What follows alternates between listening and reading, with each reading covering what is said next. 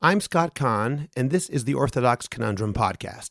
Last Wednesday, I had the honor of recording a podcast episode with Rabbi Dr. Raphael Zarum, who is the Dean of the London School of Jewish Studies and holds the Rabbi Sachs Chair of Modern Jewish Thought there. He is also the author of a new book entitled Questioning Belief, Torah and Tradition in an Age of Doubt, which is published by Koren and came in second in this year's Rabbi Sachs Book Prize. The topic of our conversation was questions about the historicity of the Exodus from Egypt, as well as other questions that touch on foundational Jewish beliefs and fundamentals of faith. It was a wonderful conversation, and I intended to release it this past Monday. Unfortunately, my father, Robert Kahn, passed away later that night, and instead of editing a podcast, I flew to Boston for the funeral and most of the Shiva. I returned to Israel yesterday and concluded sitting Shiva this morning. I'm sure that in the coming weeks I'll have more to say about my dad, but now that I'm no longer sitting Shiva, I wanted to make sure that I release this episode in advance of Pesach, as I think that Rabbi Zarum's insights can greatly enhance our experience of the Seder. Please forgive the fact that this episode will be more lightly edited than most others. My father always enjoyed Pesach and ran our family Seder for many years, so I hope that this conversation can serve as an appropriate memorial to Yisrael ben Nachum Zeva Kohen, Zichrono Livracha. I'd also appreciate it if you read the words that I said at the funeral, which I have released in my Substack, Orthodox Conundrum Commentary, and which is linked in the show notes. With that, here's my conversation with Rabbi Dr. Raphael Zarum. Rabbi Dr. Raphael Zarum, thank you very much for joining me today on the Orthodox Conundrum podcast. Wonderful to be here, Scott. You recently released a book entitled Questioning Belief, Torah and Tradition in an Age of Doubt, which discusses 12 fundamental questions in areas of the literal truth of the Torah, issues regarding ethics in Jewish law, such as whether slavery is moral, and collective punishment, other issues such as that, and about belief in God in general. As a way to start our conversation, I'd like to ask you, why did you write this book? What problem do you see that you are trying to solve? So, Scott, I'll tell you, many people in the mainstream traditional Jewish world who practice mitzvot and live Jewish lives, but they have some sneaking suspicions or questions about fundamental issues of Torah, did the flood actually happen? A guy leaned over in shul to me and said, do you think this stuff really happened? And it was a guy goes regularly to shul. And because we live in a modern world and we know what's going on because of the internet and vast closeness to knowledge that we have, we can find these answers so easily. And so it makes even the most religious Jew think, well, is this literally true? Or how do I look at that? I also believe it's a separate issue. We've been very influenced by other ways of looking at things. So our view of God, for instance, I think is very influenced by general society. And I think we need new ways of looking at these things because of the great knowledge that people have and the questions that they ask. Then is there something that ties everything together in this book? Because you ask disparate questions about, for example, the historicity of the Exodus, which we are going to be speaking about primarily today. You talk about whether the flood actually happened. You also talk about belief in God. You talk about collective punishment. You talked about the idea of chosen people. Is that a racist concept? You have various answers, but is there a single thread that ties them all together, or do you take each one on its own merits? I guess what I'm asking, Rafi, is there a theme? Is there a general approach to Torah that you're trying to advocate throughout everything that you do, or do you look at each problem as an individual problem? So, as always, yes and no. But I'll be clear. I'm from my father was a Yemenite Jew, and we take a lot of great stock in the literal words of the Torah, how it's expressed. And for me, each question or each issue that I'm asked, I always think, for me, what's an authentic Torah response? It's one that looks at the particular words and how they're expressed. So my first approach always is, even asking about God, is to look at how does the Torah express those kind of things. And it's not always the most obvious places. So I look at the use of the word lidrosh over and over again in terms of belief in HaKadosh Baruch Hu and how it's used there. And so that's very much my approach. First of all, is to look at the way the words are used and to question the assumptions of how we normally look at it. Is it to do with Western society while we look at a thing in a particular kind of way? And then I always look at the way Chazal analyze this text and try and see different nuances of how they're expressing it. And so I try, as any academic would, you try and look at things with fresh eyes. That's the approach that I try and do. So what unifies me is, I suppose my method is, look at the key verses of the Torah, look at the way Chazal analyze it, see contemporary resonances, and then go from there. Okay, that's very interesting. Let me ask you specifically about God, because you mentioned that a couple times. God obviously is the big one above everything else, certainly. What mistakes in the normal way of looking at God do people often make such that you say we might need a different way of approaching God that is free from certain outside influences? I think the two big ones are the idea that God is a separate being that exists like other things that exist. Maimonides, many general philosophers have rejected that. Maimonides clearly rejects that. The idea that God is a separate, identifiable being that we can think about is just, it's not true. So most people go, well, then what is it? Because it either exists or it doesn't. But then you're stuck on words of existence. So the first thing is to let go of that. And I think the second mistake people make is, well, they say, I have emunah b'Hashem. But what does emunah mean? Does emunah mean I believe that I believe in a credo to make the statement that God exists, or I have a relationship to this thing? And the word emunah, and it's clear for anyone to see, if you look at the whole way through the Torah, the way the word emunah is used, it's much more akin to loyalty and to trust and faithfulness than it is a kind of statement of existence. So it's much more about being part of the Jewish people and emunah of the system. So in one line at the end of the chapter, I talk about it's much more about affiliation than affirmation. You know, very much what you're saying now reminds me of things I've heard from Rabbi Dr. Norman Lamzatzal, as well as from Professor Menachem Kellner from the University of Haifa, who wrote a book, Must a Jew Believe Anything? And he makes a similar distinction between belief in versus belief that. And he suggests, perhaps controversially, that in belief in, absolutely, every Jew must believe in. But believing that something, there's nothing you technically must believe that is true. Yes, I'm familiar with Menachem's book, and it's a fascinating one. I do another chapter called What Happens If You Still Have Difficulty with Belief? And instead of making the positive assertion that Menachem does, is that it might not matter that much, I say, are you still accepted? Are you still inside if you're not sure? And I show, based on classical Chazal and modern response as well, that you're still inside, and therefore there's a value to your emunah, even if it's not based on some kind of real kind of deep-seated belief. So that's why I think I understand what Menachem is doing, but my approach is much more, I don't want to make the statement for the sake of it. I want to explain to people, because for me, God is part of the Lidrosh, is part of a search, a quest that you live your entire life. You deepen your relationship with God. It's not a yes or a no. For instance, in the Ten Commandments, if I say, do you honor your parents? Yes or no? They go, well, it depends. No, yes or no. Well, last week I tried, next week I'll try. It's an ongoing relationship. Same with the Kodesh Baruch Hu. Right, you teach each of those 10 statements as not an affirmation that you've now ticked a box, but the way that you live your life. Therefore, it's a quest your whole lifetime. And therefore, what I want to show people, as long as they're on some kind of quest, according to my reading of the sources, that you, even in the Rambam, that you're on the inside. And by the inside, you mean inside the tent of valid Jewish belief, valid members of the community. I'm Yisrael that we need to care and love and support, that you're part of. And my ultimate proof is to show that King Achav, who literally publicly stated, I don't believe in God, and was a big sinner in many ways. But Chazal say he still won his wars, and many still think he made it to Olam Haba, even though other opinions say he doesn't. And Achav is still a sin is included. And that was my example. But there's many. The Rambam makes a big deal of all these wayward people who are still part of the system, and Kal Vachomer for us today. I realize this isn't our topic, but I'm fascinated by this, so I'm going to ask one more question about that. When you say that you're still inside the tent. And by the way, that's something which I certainly relate to. And when I mentioned Rabbi Lamb before, I was referring specifically to his famous essay, Faith and Doubt, where he says there's a difference between denial and doubting and so on and so forth. That's not really our topic. But I'm curious if you think that what you're saying now is in line with the Rambam, because people like Professor Kellner would say they're not really working with the Rambam, that the Rambam did affirm a necessity of believing that something is true. The following proposition is true. I'm curious if you disagree with that reading of the Rambam, or you say that you're going in a different direction. And by the way, when I say going in a different direction, it might be the direction of the majority of Jewish philosophers. Just the Rambam is such a large, important name. We often have him dominate our discussions in these matters. Well, I think the secret is to look, and I'm just looking at it now, to look at the end of where the Yud Gimel Ikarim comes in. Because the key issue is people think, oh, the Rambam said there's 13 principles of faith you have to believe. He never wrote that as a booklet. It was never part of any prayer that he said, as you know. It's part of his introduction to Chelek. And just at the very end of that, he goes through the 13 principles, and afterwards says, and if you're part of belief in these, then you're on the inside. But then I look very carefully about what he says, and you can still read in, according to the Rambam, that you can be included to an extent. I think the Rambam was talking about what I call Jewish citizenship. That's the way he's describing it.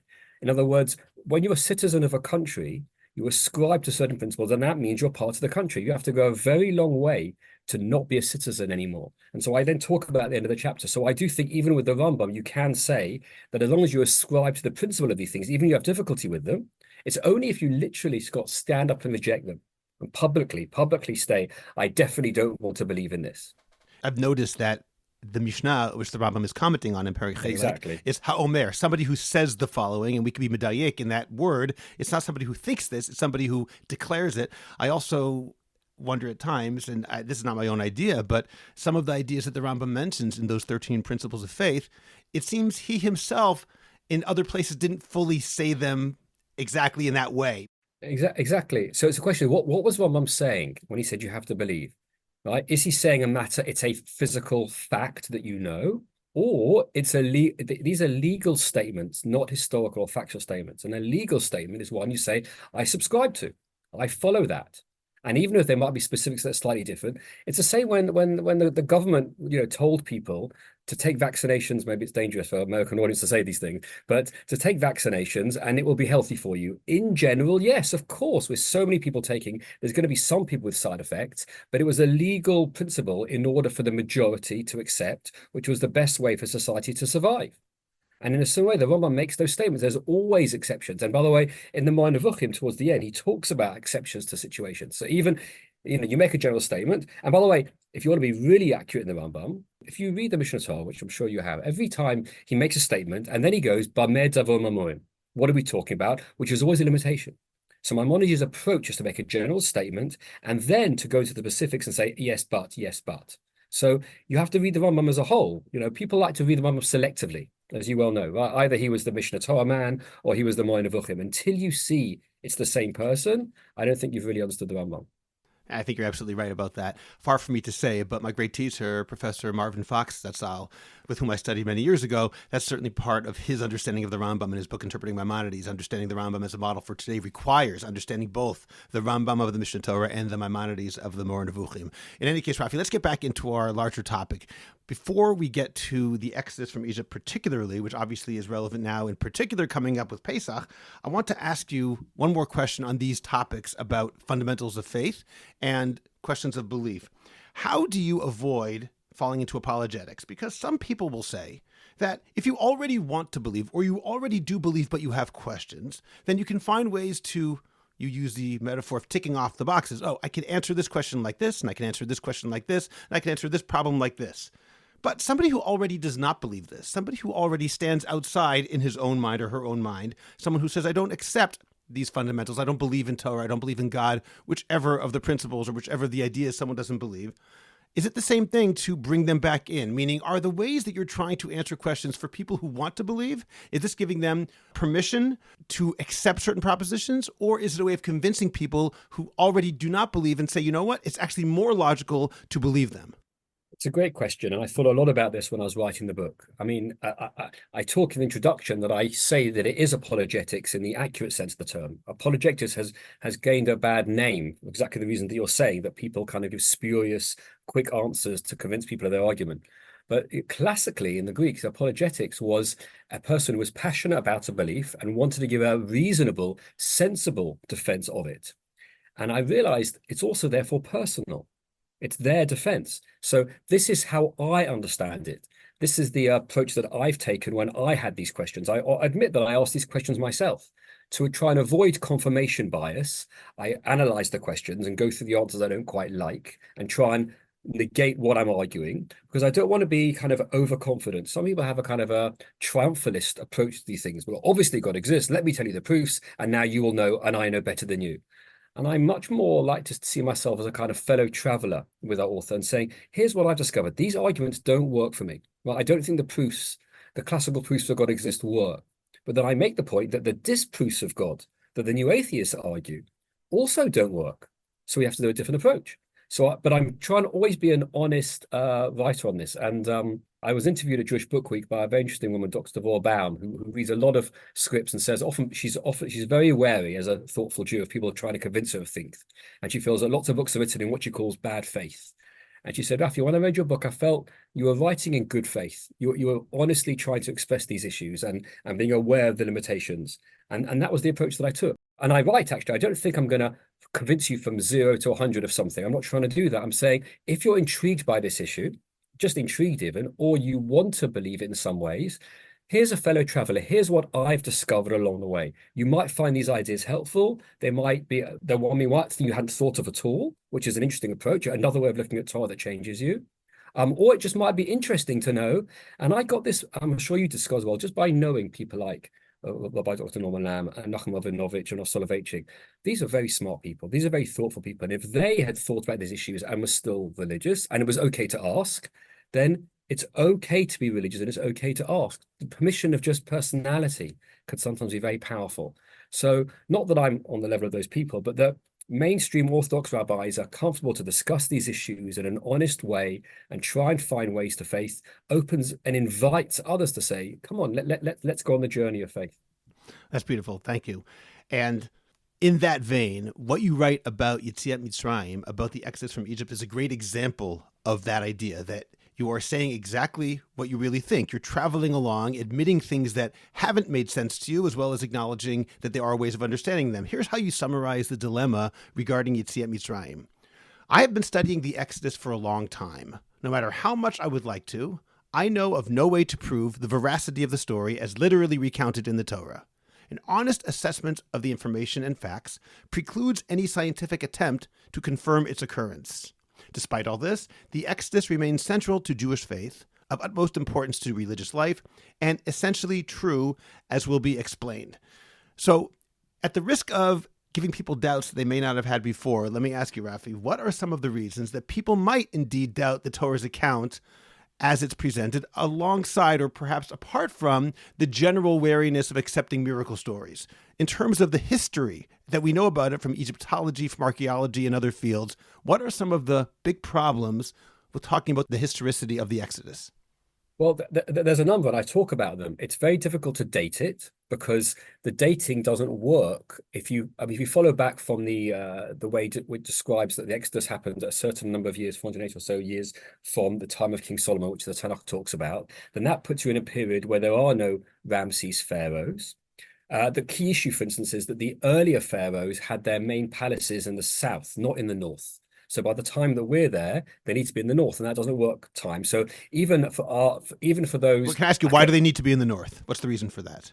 So the reason why, and this relates to the next issue, is because the pharaohs originally, the unification of Egypt was an important issue historically, and they much more kept themselves to themselves and then fought the Nubians in the south. They started engaging in the Middle East and in commerce and fighting only in the 18th and 19th dynasty, when Seti Ramses and then Seti I go and invade and conquer Canaan. And so as a result of that, because they're going to do much more in the north and there's trade routes and so on, they also have palaces in Karnak and so on, but they start building palaces, Pi-Ramessim and so on, in the Goshen, what's called the Delta region, right? Much nearer the coast. And that historically has to fit in as well. It doesn't quite work in that sense. Another thing is, if we say it's Ramses II or around that period, they conquered Canaan.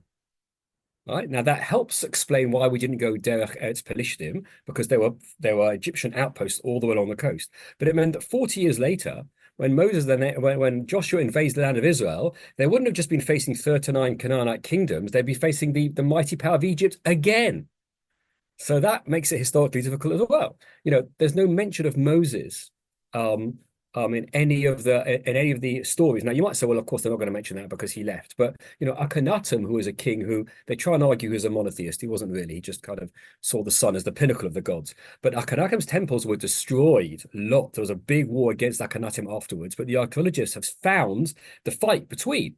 So you might have expected that Moses, that you would see a person like that, or some kind of mention of Israel in any kind of way. Now, there's lots of answers to why we haven't found it, which I know as well. But that's a reasonable thing to maybe have thought. Also, the way the Torah tells it seems quite unrealistic. The numbers are just ridiculously large. And I'll tell you a little story since I'm doing this. It's about a rabbi who lost his faith. And how did he lose his faith? I won't say what denomination. It was Orthodox, but even within Orthodoxy, it was a particular Hasidic sect. But why did he lose his faith? He did a master's in sanitation. There's lots of reasons why, Scott, right? And he learned about how salutation Isn't that how works. everyone loses their faith? Well, exactly. Yeah. I mean, you can think of the line that I said that what was it that did it for him? But when he realized, the sanitary needs of people, once you get more than a few thousand in one area, if you don't have good waste systems, everyone dies of disease. So the idea of these huge numbers, and we know from ancient Egypt, by the way, what the numbers of the whole country were. We have an idea of that. That the numbers are just, they don't quite work. And if you say that Chazal say that only a fifth went out, that makes it even more difficult. So in the beginning of my chapter on this, did the Exodus actually happen? I go through all these issues. And again, purely as an academic or modern person who wants to believe it's true, who's looking for sources, I just wanted to admit that, there's a huge mountain to climb. Okay, before we get to some possible solutions to these problems, I'm going to ask a general question as well. Do you worry that by presenting the problems, you're going to create more of these rabbis who lose their faith, more people who say, I like the question better than the answer? It's a great question. That's why I was so careful. And that sentence you read out, I wrote a number of times. I was so careful how I wrote it because I actually wrote, nevertheless, I believe that it's true. Even in that sentence, normally I wait to give the answer, but I put that. But the opening line, and I'll just read a couple of lines for it from the opening of the chapter, is the following. If the Exodus did not happen, then we really are in trouble. So much of Jewish tradition rides upon it. It's the foundation story of our faith. And so I begin in that way, and I show the author, the reader, my discomfort with even saying this. I put that line, even saying this makes me feel uncomfortable because I believe. So instead of being, you can't believe in it and being forthright and trying to shock people, which I think, teachers do sometimes, I try and be honest and go, of course I want to believe this. Of course you want to. But when you read it, it's a bit more complicated. So, and then I just highlight those points because I then answer them, I feel that I haven't, caused a problem. But any educational process, Scott, always unpacks things people assumed already. It always challenges assumptions. But if you do it in and I learned this very much from my teacher, Rabbi Sachs, always do it in a responsible way. If the controversial points that you make, never make that the center of your argument. It's childish. It's not just educationally wrong. It's childish. It's not the way to do things. The way to do it is along the way, you'll mention controversial things if it needs to be, but you'll justify it, and you'll always be trying to move to the end. And I said this in my introduction, by the way, when they asked Rav Henkin, the elder of Henkin. Yeah, the elder of Henkin, the posek, about are you allowed to give chidushim on the Torah, which are not according to Chazal, if it's on a non-halakhic issue. I mean, halakhic issues is a separate issue. I'm not enjoying that, but non-halakhic issues. And he said, yes, as long as they are to mosif yirat shamayim, as long as they're to increase reverence for heaven. And that's what I'm trying to do in the book. So I really believe that that's the aim that I'm honestly trying to do. In that sense, it's pure apologetics. I'm upfront about it, but not in a kind of crass, arrogant way, in an honest, friendly way. That's how I'm trying to do it. Well, also, if we assume that the reasons that, for example, you use the example of the numbers, if the reason that the numbers are given in an inaccurate way is in order to teach a different message, as opposed to simply it's wrong, then presumably, even after asking these questions, we've purified faith in some level, because even though we may not have the emunah pshuta, the simple faith of saying, yes, it was 600,000 adult men, which means maybe 3 million people, but now we understand better why the Torah would use that number, because it's not there randomly, it's not a mistake, it's actually trying to teach a message. So in some way, it's not only that you're asking questions and then answering them, and people are a little bit worse off, hopefully they're better off, they have a deeper understanding of the text. Well, again, and I write in the introduction that the process, I began as a defense of Judaism, but I began by rethinking it in a modern way. And the last chapter, because I've got to be honest, I want to mention this before the end, Scott, that I was very worried. It's very arrogant to come along and say, I'm a modern, intelligent person. I've got a PhD in physics. I look at the Torah and say, oh, it's not scientific enough for me. It's not more enough for me, the modern Western person who knows it all. It's the height of arrogance. And I felt uncomfortable in a way. So I tried to write a different kind of way. And at the end, I pointed out that actually, even though I began by questioning belief and questioning the Torah, in the end, the Torah questions me because it challenges me. When I look at what the flood is really about, what the Exodus is really about, and as you say, reconsider it, reframe it, it then becomes a challenge to me to improve and to grow. And so I am helping people to have a real understanding, but a way that then challenges. And when I begin the essay in earnest on this one about the Exodus, I say, what is the purpose of telling the Exodus story in the Torah? It might seem an obvious question, the answer being, because that's what happens. But that's not convincing because it's not just what happened. It's so selective in what it mentions. It is so selective. It's so idiosyncratic in what it mentions, what it doesn't mention. So in the story of Purim, we know where the palace was, which rooms they were, all that kind of stuff with Achashverosh and Haman and Esther Mordechai. In Egypt, we know nothing. Doesn't mention anything about the palace. Why not? Right? We know the names of loads of assistants in the poem story. There's no names of assistants in the Exodus. Why? Why is it Moshe versus Paro? The way the Torah, the way HaKadosh Baruch Hu chooses for this book to be written, it's selective, right? And I quote at the end from Rabbi Sachs about that. And I put it at the end of that chapter because I think it's a very challenging chapter. It was a very important point. And Rabbi Sachs wrote in a very important early book that people don't read called Christ and Covenant. He says, when the sages ask, why was this written in the Torah? Or why was this passage placed next to this? Their typical answer is not because that is how it happened, but to teach you that. That's the proper way of reading text. And I read this when I was, I read his books as they came out. So I've always had that way of looking at things. He made it very clear to me. And that's quite a radical statement to make if you see the implications of it. But on principle, it's obvious that Chazal are doing that the Torah is doing that. So the problem is we grew up with reading it as a history book. We just naturally did. And it wasn't, it was something else. You know, what you're saying very much resonates. I've always said that about Midrashim, because about Midrashim, the question always is, did it happen? Or more specifically, people ask, is it true? And I say, of course it's true. Is it historically true? That's a different question. And on some level, I say, if it's historically true and the only thing the Midrash is teaching us is that this is how it happened, well, that's where the story ends and you're done and you can go on to the next thing. If on the other hand, the Midrash is trying to teach you a lesson, that's when the work begins. So on some level, saying that it's true. Yeah, we take it seriously, not literally. Right. Now let's take the story of Yetziat Mitzrayim seriously. And I don't know, literally or not, I guess you'll tell us. Let's go through some of the ways that you answer or provide solutions or ways of dealing with these various problems that you mentioned. I often use the word responses rather than answers, because I think responses are much more interactive and careful as opposed to this is the answer. Yeah. That makes sense. Okay. Then let me mention 3 types of responses that you mentioned in your book, 3 different ways, 3 tools in your toolbox that you've used. And I'd like to ask you to explain each one of them, and then we can use them for different issues that come up. The 3 tools you mentioned are educational imperative, literary form, and Egyptological resonance. These are 3 things that the Torah does, 3 ways the Torah speaks, I suppose, which can help us understand better what's going on. Can you explain each one of them first? Yes. So the educational imperative it's like if the Exodus has been made into a movie more than any other part of the Bible. I'm not sure any other, but one of the main parts of the Bible. And so if you're a director reading the script, you're going to go, what the hell is going on? Because literally every couple of verses, there's interruption for halakha to be taught, or a historical statement to be made. Like God says to Moses, tell the people, when they go to the land of Egypt, they're in Egypt. When you go to the land of Israel, but they're in Egypt now. He goes, when you're land of Israel and you've settled, you have children. What do you mean when you have children? We're in Egypt now. And you will tell them this. It keeps jumping ahead to a nondescript future time with these progeny that haven't happened yet. And you'll tell them this. And the amount of educational verses is huge. And it keeps breaking up the text. No Hollywood director would make a movie in that way. And I try to flip it and say, actually, the main idea is an educational lesson and the historical story is used to explain it. I got this from the Haggadah. I first noticed this in the Haggadah. The central heart of the Haggadah we all know, is 4 verses from Deuteronomy. When you bring your basket, and those 4 verses are then analyzed in the Haggadah, and they bring in verses to Exodus to explain them. Now, as an academic, that's crazy. Your primary text is your secondary text, right? The second time, and then you prove your secondary text. It's like going to a lecture about John F. Kennedy, and they show you as the main text the film by Oliver Stone called JFK. This is our main text, and to explain scenes in the film, they start bringing historical books to explain a scene in the film. It's backward. You don't teach anything like that unless the most fundamental text is the movie or the retelling of the story. The whole point of Pesach, it's about retelling. Seder night, we never once, in a systematic way, tell the story of the Exodus. From Shemot chapter 1 to 13. We keep telling stories of people telling the story of the going out of Egypt over and over again, because it's about storytelling.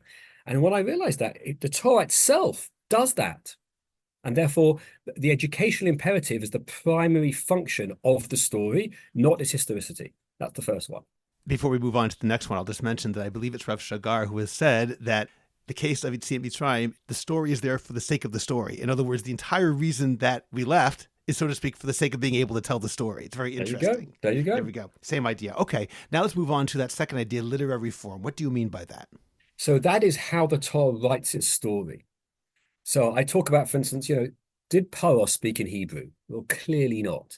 So when Power speaks, and as we're both big fans of Professor Joshua Berman, and he taught to Nishmat for many years, and when he would teach about Pharaoh going, near Pim Atem, near Pim, lazy you guys, you are lazy.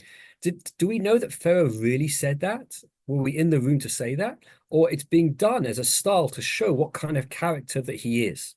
So literary forms means that you immediately aren't asking the question, did it literally happen? And what's amazing is Chazal go crazy on this kind of stuff. The text clearly says the power in chapter 1, at the end of chapter 1, chapter 2, he dies, another one takes over. So that's why in the movie Prince of Egypt, Moshe grows up with Ramses II, because the one that kills the firstborn is not the same Pharaoh as then says, won't let them go. That's what the Torah says. What does Rashi go? Well, he didn't actually die. He just got ill and they thought he was dead. So basic facts of the text, Chazal go, no. I'll give you another example. It says Pitom and Ramses. Okay, we built 2 store cities, which is wonderfully good. It doesn't say pyramids, which would have been wrong place and wrong time, which is great that it says store cities, Pitom and Ramses. So what do Chazal say? Rav and Shmuel debate. They say actually there's only one city. It was either called Ramses or Pitom. And it could have been called Ramses because it was, Pitom is just a nickname because it could have fallen in, or its real name was Pitom. And why was it called Ramses? Because Mitros says it collapsed. So Chazal are saying, even though the verse clearly says there were 2 cities, we think there were only one. We're just not sure what it was named.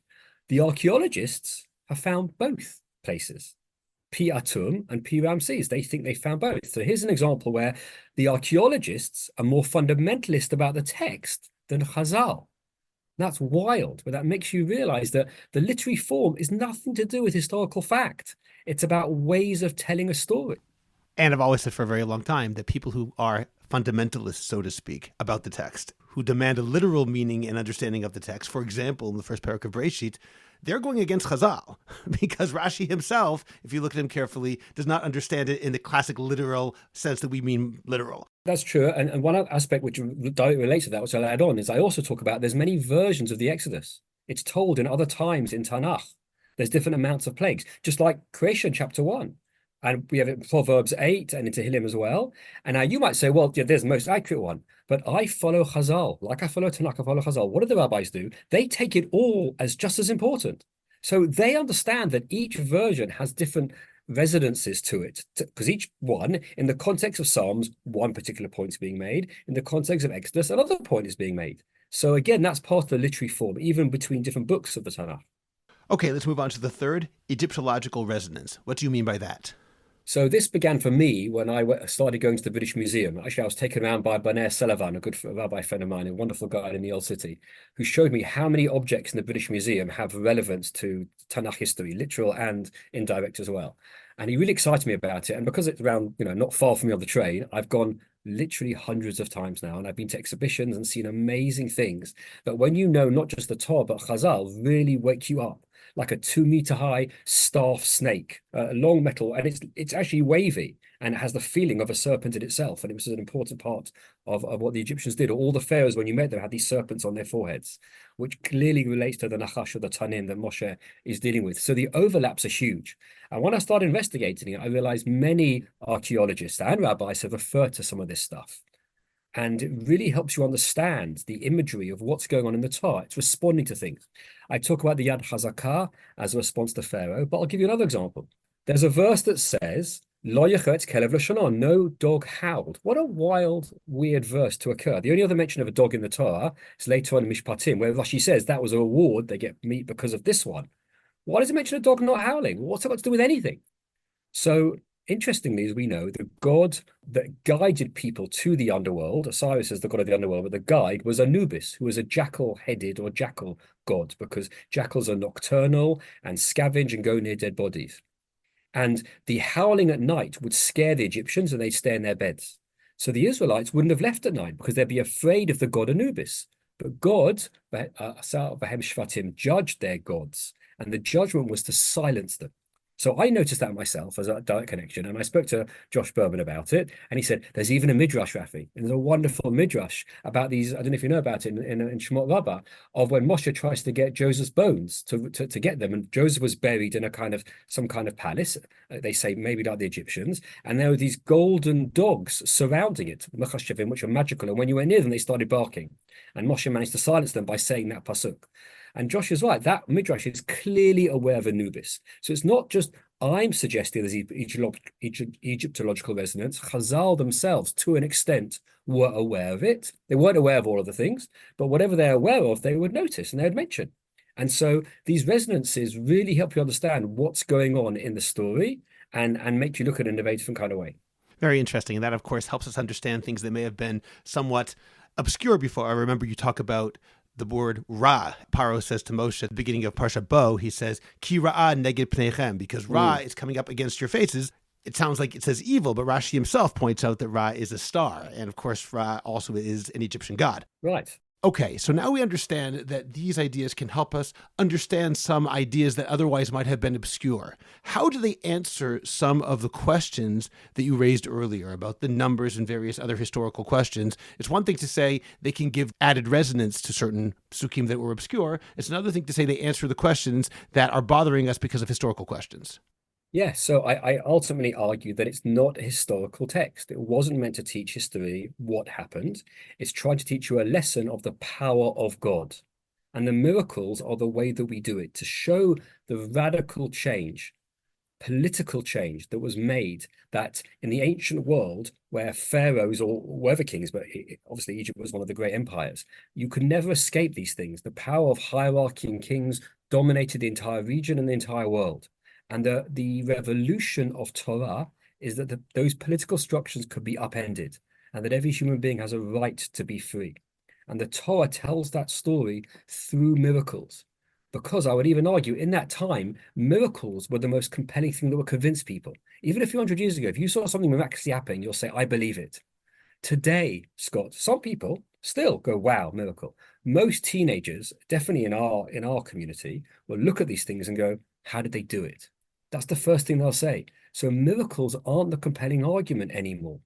But to understand that the miracles were to make a political upheaval, that's radical. That's radical. And so the Torah is telling it in that way, in the most dramatic way that it can. So we have to look at the equivalent of miracles today. Look at the irony, right? In Yeshaya, it talks about that in Messianic times, the lion will lie down with the lamb. And that's a metaphor that the nations will get on around us. Woody Allen always said, the lion will lie down with the lamb, but they'll change the lamb every night, right? Otherwise, But the point I'm making is, if I ask a Jew today, what do you think is more likely to happen in the next 100 years? That a lion will lie down with a lamb through some kind of miraculous or, biological thing, or there'll be peace in the Middle East. And they'll say, lion and the lamb, right? It's ironic. Like, what convinces what? What's more convincing? And being convincing or being reasonable, the Torah, just like the Rambam says, is, Torah katuv kol shon b'nei adam, Torah is written in a language humans could understand. So it doesn't talk about stocks and shares. It talks about cows and oxen goring, because the Israelites at Sinai were 13th century BCE ex-slaves.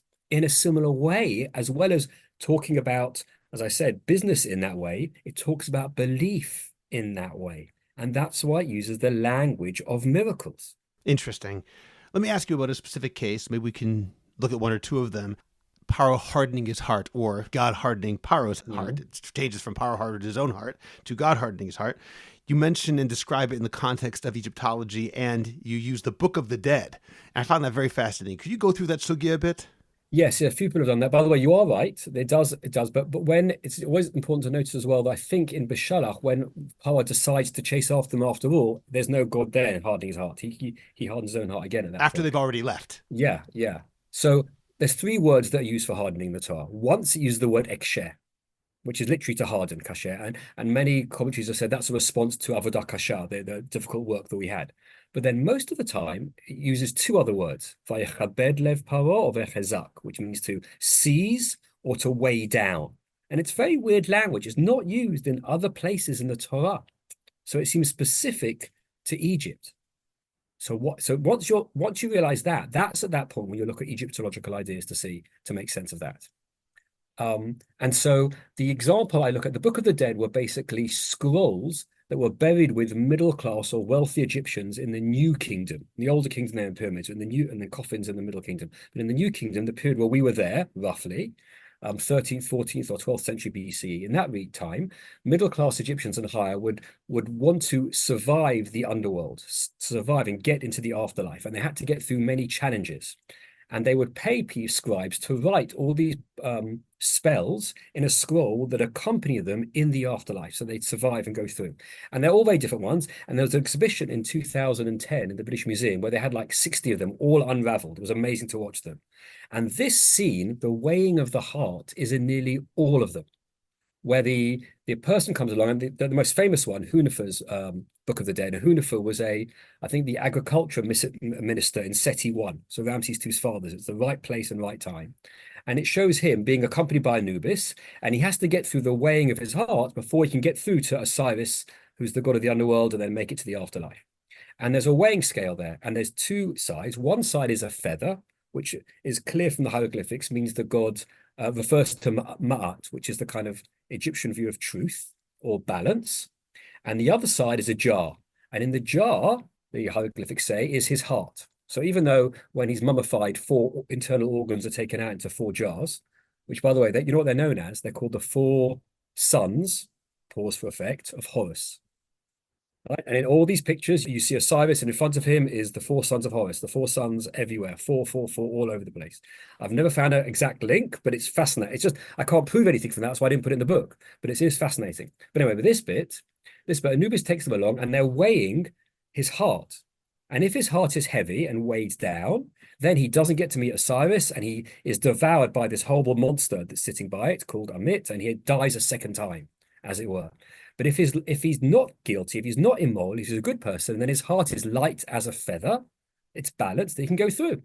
So here's an example where the Egyptians believed when they died, the Christians know you go to the pearly gates, right? And the Jews know you might go to Gehenna and you go to archeological. The Egyptians believed that your heart is going to be weighed. And if you're a bad person, it's weighed down. So the Torah uses the language that the Egyptians and the Israelites would have understood. Right? Every Israelite would have known basic Egyptian theology. And so we say God hardens his heart. Pharaoh is not in control. Pharaoh is an immoral person, and God shows that. You think you're a moral person, I'll use your own language against you. As Josh Berman calls it, outfaring the Pharaoh. And I'll weigh down your heart and do that. And so I taught that, and I was privileged to take many people in the British Museum around to see these things. And one of them was Lady Elaine Sachs, who then told her husband, and Rabbi Sachs phoned me about it, and he'd read in other places. And in his last book, I believe, in a footnote, he mentions it, and then in a footnote, he thanks me for that. Now, he heard it from many other places, but I want to teach you about him just for a moment. What he valued young rabbis, and he knew that mentioning them would give them a chizuk and feel good. So he did that in his last book. He mentioned that he'd learned this from Rabbi Zarum, which was very, very nice of him.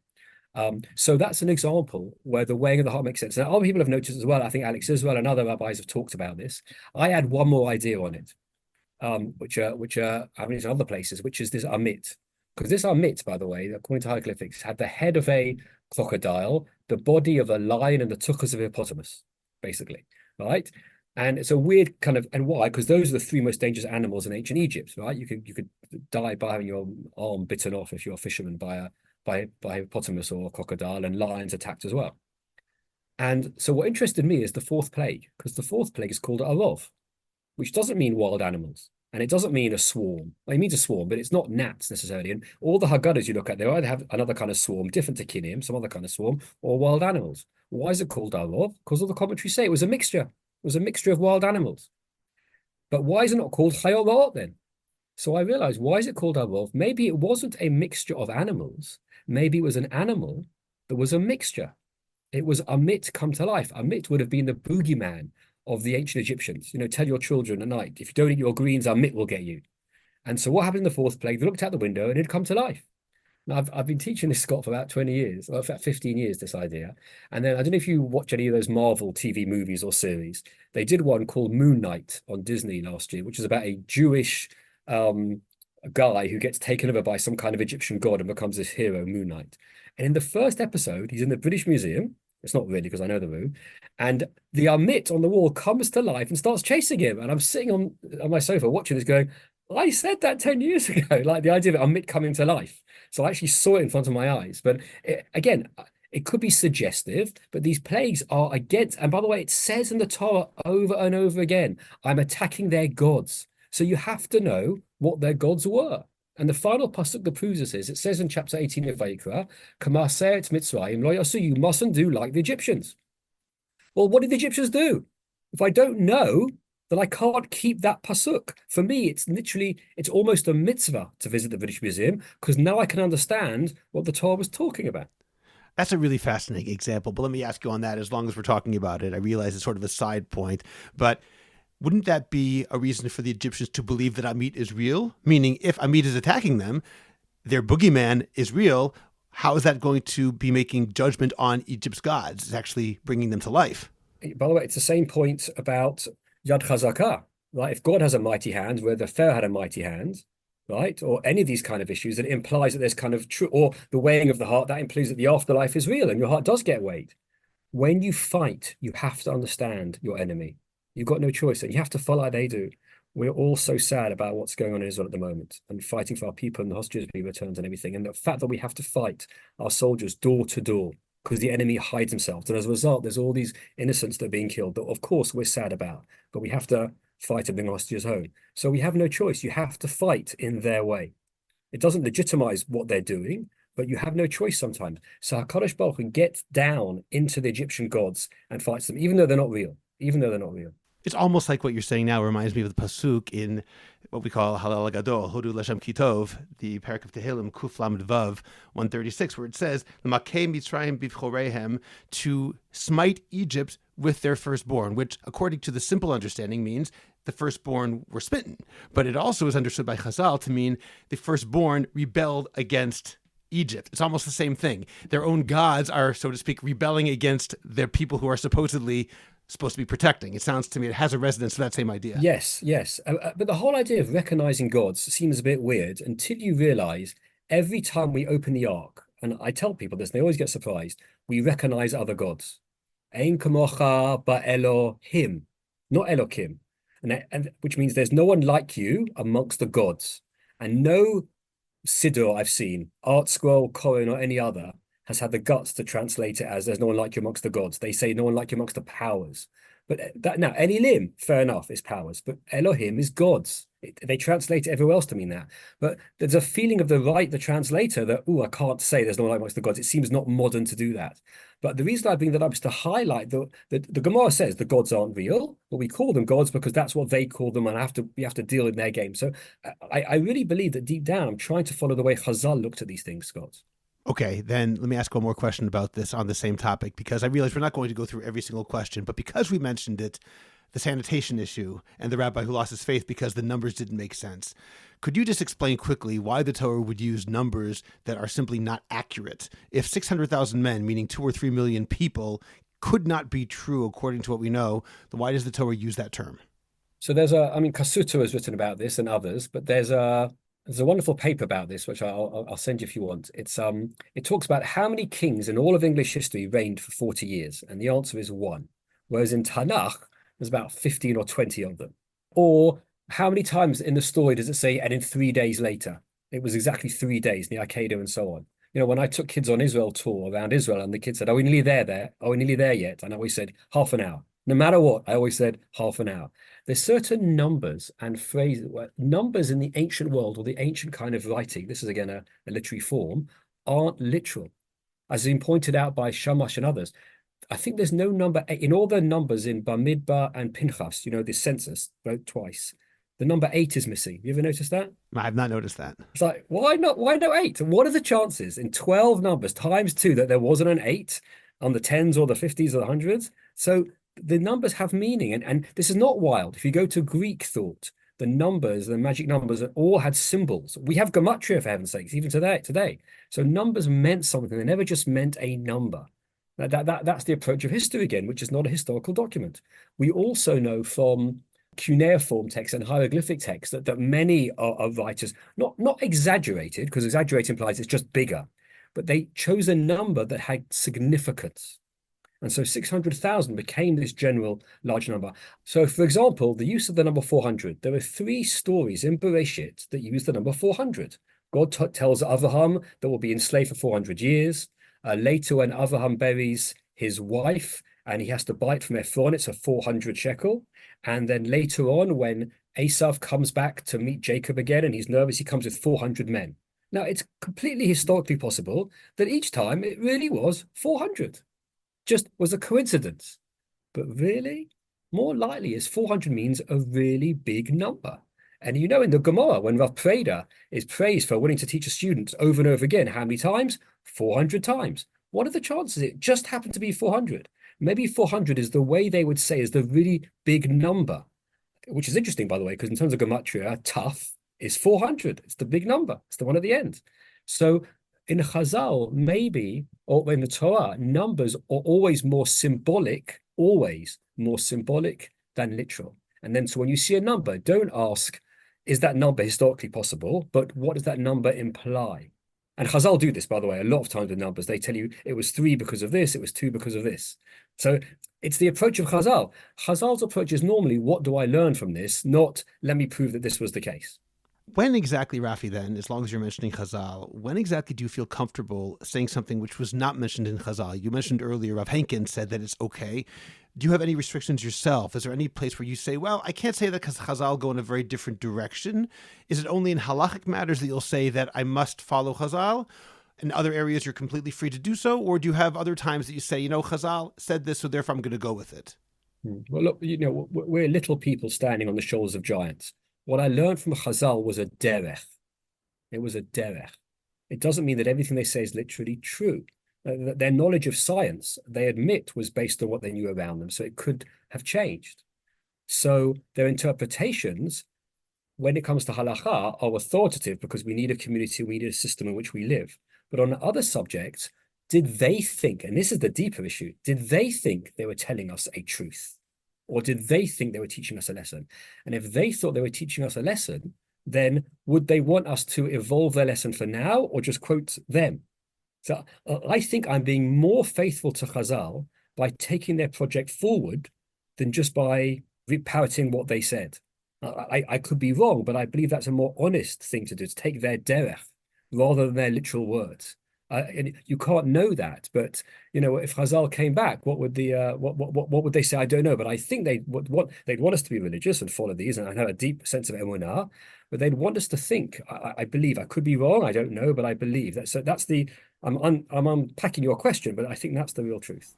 Okay, that makes a lot of sense. Rafi, let me ask you one question, but it's a big one. My question is about the historicity of Yetziat Mitzrayim in a general sense, because let me say that I take your question, but go all the way. Let me take it to its extreme. Once we're going to say that the point of the Torah's account is not to teach me history, but to teach me a lesson, in that case, why not just say, I'll go all the way? The Exodus did not happen historically. What the Torah is teaching me is that God frees slaves, that God values, whatever the lessons are. We don't have to unpack that right now, but why do I have to argue that part of it is historical, that it is based on, that it is referring to an historical event, rather than say, it doesn't matter. Why should I care one way or the other whether it's an historical event? In a sentence, it's a huge question, but in a sentence that I'll expand, it's because God did enter history. And that is the most radical idea that the Torah presents. We believe not just in the God of creation, but the God that interacts personally with history.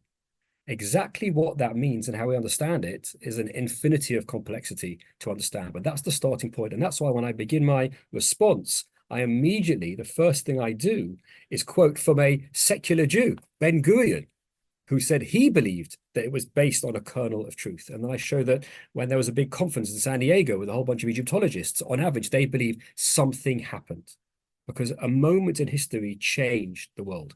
And the Torah story is a response to that, of the way we're supposed to understand the significance of that. So it's very important that something happens in history. Why does the Torah tell it like that? So at the end of the chapter, I compare it to cinema. All those movies that say this is based on a true story.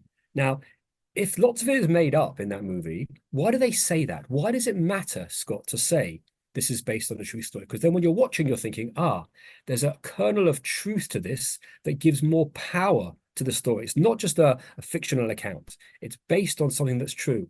So my answer to you also simply is, it's clearly important because when directors bother to put that line at the beginning of movies, and it has a significant meaning to it. And that's why it's done in that way. Let me ask you a final question with two parts. Part number one is, I'm curious what Raphael Zarum's Seder looks like. How much of this do you bring in to the Seder? How much of this do you leave out? Because do you leave the story as it's presented by the Haggadah and by the Torah itself? Or do you bring in some of these ideas about the various Egyptian gods and the things that we learn out from Egyptology?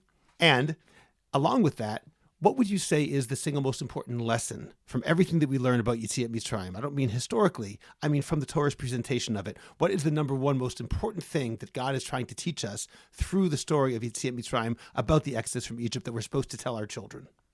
Those are two great questions. So first of all, my Seder is different every year. I'm not a didactic teacher at my Seder, I'm a father.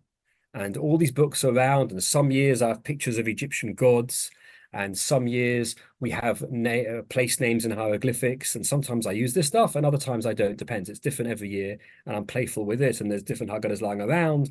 And an idea that I said a few years ago, my children might say, but tell us that idea, we like that, or we don't like that idea, and we engage. It's an ongoing, again, as I said, it's responses. I don't believe we should always have the same answers. That's one thing. In terms of what's the most important message, well, that's personal. People will find different ones that are important. The revolution of the midwives, to see these female responses standing up to power is a wonderful lesson that's taught out there. And sometimes I really focus on that. The women of the Exodus is a huge issue, even translated to the halacha of women leaning, right? So the female role in the Exodus is absolutely massive, and it gets translated in the Haggadah with, B'demai Chayi and the imagery that we have from the Navi. So there's all different messages each time. It's going to have to be the freedom fundamentally, though, right? That we're not stuck in the ancient world, but the world is changing the whole time. And what you think you're not fixed on. Can I give you one story that happened to me about this? When I was in primary school, they made us write letters to refuseniks, Jews who were behind the Iron Curtain in Russia, who had no chance of escape, and to write to Natan Sharansky and others. And a precocious Rafi said no. What's the point?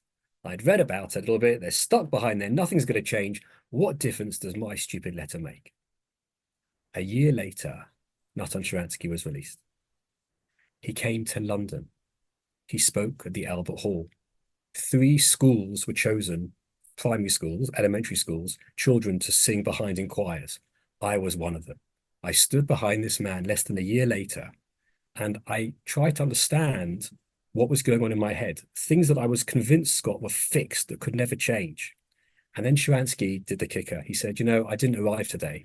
I arrived yesterday, a day early. And I went to walk around Hyde Park. And I'll tell you why. When I was locked up in prison, they showed me videos. And you probably don't know this, but in London, there was a group called the 35s, these young women who would chain themselves to railing and march around and say, free Soviet Jews, these women. And he said, they showed me videos of these women who would walk around Hyde Park and laugh and say, no one cares about you, Sharansky, no leaders, it's just these couple of women that care about it. And he goes, you know what? Those women partly kept me going. He tells a story of his Siddur to him. Everybody said these women partly kept me going. So when I arrived in London, I didn't come straight here. I went to Hyde Park to walk, to remind myself. And I stood there going, Rafi, you know nothing. Anything you think is fixed can change. The world politically can be turned on its head. And Hashem gave me this message. I feel it was for me to watch this. So that's how I look at what the Torah is doing with this story. Right? If you're from the ancient world and you read this text, you're going, no way. You have to read all the Mesopotamian texts and the Canaanite texts and ancient. Nothing like this happened. It's totally radical, the idea of the Exodus. That's its message, that the world is not fixed and that people can be free and that there is one God that can make it happen. Wow. Raph, I have to tell you, I'm going to say that story Bli Neder at my Seder this year, what you just said. I hope you don't mind, even though it doesn't put you in the best Pleasure. light. I had to learn the lesson. I think growing is the most important thing, Scott. Well, that's a really meaningful story, and especially given everything that we in Israel are experiencing now, along with all Jews across the world, the thought of how can anything change, even this morning as we're recording, reading about Hamas's intransigence regarding the hostages, and you say, is there any way this could ever end in any positive way?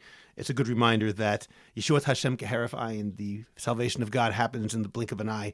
And I really appreciate everything you've taught me today. It's been fantastic. And for those who are interested in the book, Questioning Belief, Torah and Tradition in an Age of Doubt, a link to Amazon and the book will be in the show notes for this podcast. Rabbi Dr. Raphael Zarum, thank you for joining me. My pleasure. Thank you, Scott. Subscribe to the Orthodox Conundrum on Apple Podcasts, Google Podcasts, Spotify, Stitcher, or anywhere else you get your podcasts. Please visit jewishcoffeehouse.com for other episodes of the Orthodox Conundrum, as well as many other great podcasts, including Intimate Judaism, The Maimonides Minute, Chochmat Nashim, The Francisca Show, and Let My People Eat. I'd appreciate it if you go to Apple Podcasts and rate and review the Orthodox Conundrum. It takes literally 2 minutes. It's just giving a certain number of stars and writing 1 or 2 sentences. Please like the Orthodox Conundrum podcast on Facebook and join our growing Facebook group, the Orthodox Conundrum Discussion Group, where you can feel free to discuss issues in Orthodoxy in an honest and friendly environment.